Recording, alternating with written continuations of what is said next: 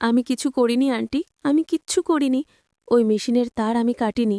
মুক্তি মাসি ওই মেশিনের তার কেটেছে। পুলিশের সামনে ফেঁসে গিয়ে এবার মুখ খুলল মোনালিসা। নিজের পিঠ বাঁচাতে ফাঁসিয়ে দিল মুক্তিকে।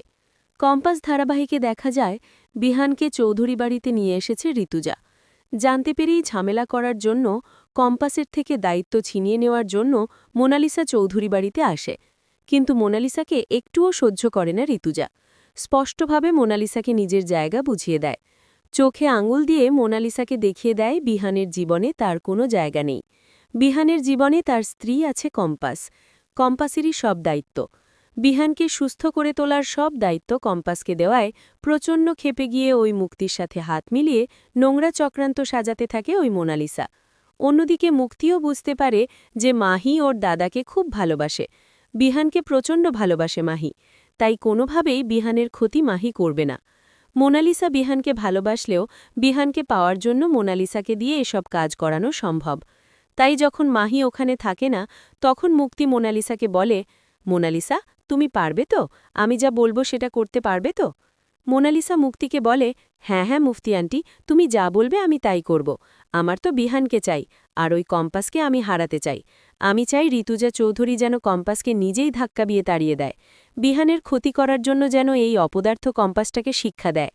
মুক্তি মোনালিসাকে বলে, তাহলে আমি যা বলবো সেটাই করবে। চলো, সবার চোখের আড়ালে আমরা সুযোগ খুঁজব, এবং সেই সুযোগে বিহানের রুমে ঢুকে সাময়িক সময়ের জন্য বিহানকে আরও অসুস্থ করে দেব, যার সব দায়ভার গিয়ে পড়বে কম্পাসের উপর। দরজার বাইরে দাঁড়িয়ে সুযোগ খুঁজতে থাকে ওই মুক্তি এবং মোনালিসা। অন্যদিকে কম্পাস ভেতরেই থাকে।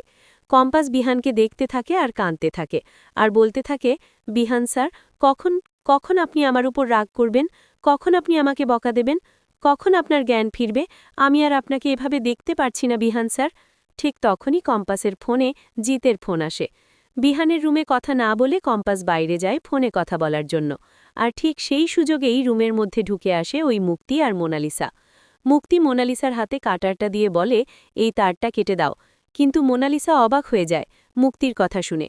মুক্তিকে বলে, না আন্টি, এটা আমি করতে পারবো না। এতে তো বিহানের অক্সিজেন প্রবলেম হয়ে যাবে। বিহান তো আরও বেশি ক্ষতিগ্রস্ত হবে। বিহান তো মারা যেতে পারে। না না আন্টি, আমি এটা করতে পারবো না। মোনালিসার হাত কাঁপতে থাকে। মোনালিসা এটা করতেও পারে না। মুক্তি তখন মোনালিসার হাত থেকে ওই কাটারটা নিয়ে বলে, ঠিক আছে, তাহলে আমিই করছি। এই বলে ওই মেশিনের তারগুলো কেটে দেয় মুক্তি, আর এরপরেই ওখান থেকে বেরিয়ে যায়। আর তারপর যখন কম্পাস ভেতরে আসে, তখন বিহানের এই খারাপ অবস্থা দেখে কম্পাস নিজেই বুঝতে পারে না এমনটা কি করে হলো। ডক্টর আসে এবং বুঝতে পারে তারগুলো কেটে দেওয়া হয়েছে, যেটা যেটা দেখে ডক্টরও অবাক হয়ে যায়।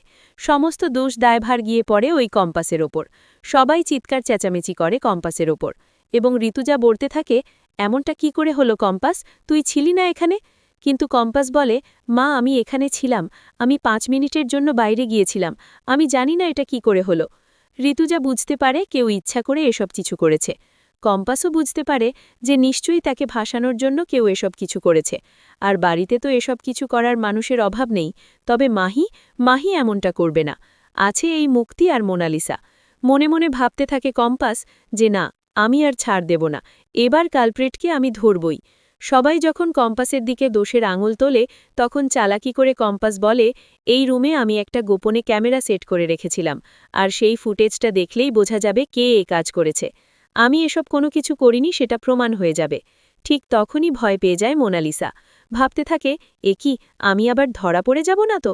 না না, এই মুক্তি আন্টির কথাই এসব কিছু করে আমি তো ফেঁসে গেলাম। না না, আমি কিছু জানি না, আমি এসব কোনো কিছু করিনি।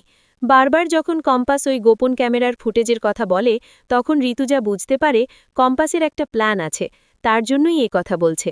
ঋতুজাও কম্পাসের কথা মতো পুলিশ ডাকে। সেখানে পুলিশ সেখানে এসে হাজির হয়, এবং যখনই পুলিশ এই ফুটেজটা দেখতে যাবে, ঠিক তখনই ভয়ে পেয়ে মোনালিসা বলতে থাকে, আমি কিছু করিনি, আমি এই তারগুলো কাটিনি। এই তারগুলো তো কেটেছে মুক্তি। মুক্তি বিহানকে মারতে চেয়েছিল, আমার কোনো দোষ নেই। মোনালিসার কথা শুনে সবাই সব সত্যি জেনে যায়, এবং ধরা পড়ে যায় আসল কালপ্রিট। ফেঁসে যায় মুক্তি। তো বন্ধুরা, তোমরা এটা চাও তো এভাবেই যেন ফাঁদ পেতে আসল কালপ্রিটকে ধরে উচিত শিক্ষা দিতে পারে কম্পাস আর ঋতুজা? কমেন্ট করে জানাতে ভুলো না।